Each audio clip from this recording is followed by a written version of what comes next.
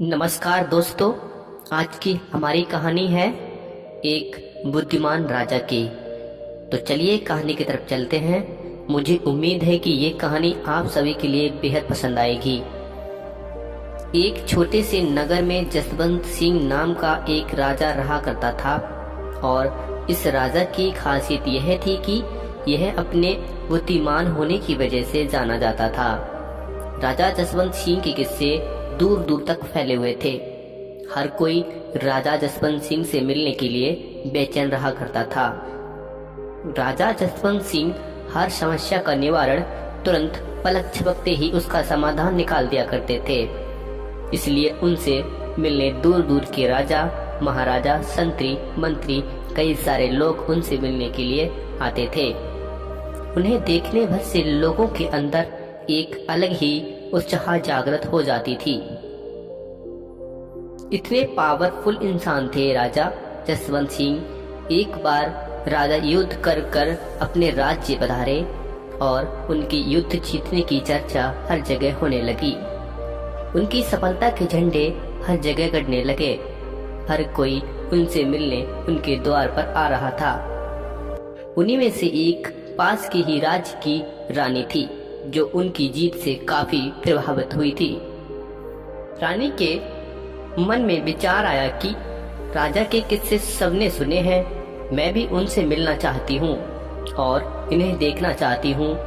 और रानी ने सोचा कि मैं राजा की एक परीक्षा लेना चाहती हूँ। यदि यह राजा मेरी परीक्षा में पास हो जाता है तो मैं उसका राज्य संभालूंगी। अगले ही दिन रानी पूरी तैयारियों के साथ राजा के द्वार पहुंची। अपने दोनों हाथ में फूलों की मालाएं लेकर राजा से प्रश्न करती है कि राजा, आपकी बुद्धिमान होने की चर्चा हमने काफी सुनी है। काफी अरसे से आपसे मिलने का इंतजार था। आपसे रूबरू मिलने का हमें सौभाग्य मिला है और आपके सामने एक प्रश्न हमने लाकर खड़ा करा है। यदि आपने हमारे प्रश्न का सही उत्तर दे दिया तो हम आपकी रानी बनने के लिए तैयार हैं। राजा ने रानी का प्रश्न स्वीकार किया और कहा कि पूछिए, आप क्या पूछना चाहती हैं। रानी ने कहा कि हमारे दोनों हाथों में यह फूल की मालाएं हैं। आपको यह पता लगाना है कि इन दोनों में से असली कौन सी है और नकली कौन सी। और दोनों दिखने में हूबहू एक जैसी ही थी।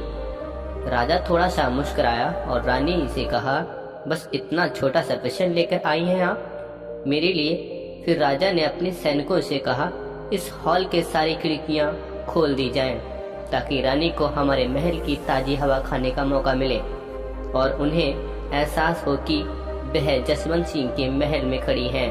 फिर क्या था, बगल के बाग से ही कुछ मधुमक्खियां आकर रानी की मालाएं पर बैठ जाती हैं। राजा की निगाह उन मधुमक्खियों पर ही टिकी होती है। जैसे ही मधुमक्खी मालाओं पर बैठी हैं, राजा को एहसास हो जाता है कि यह असली माला है।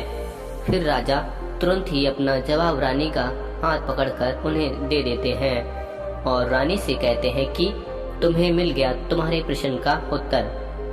रानी राजा के इस छोटे से पैतरे से बड़ा प्रभावित होती हैं। रानी राजा की परीक्षा से काफी प्रसन्न हुई और फिर उन्होंने धूमधाम से विवाह रचाया।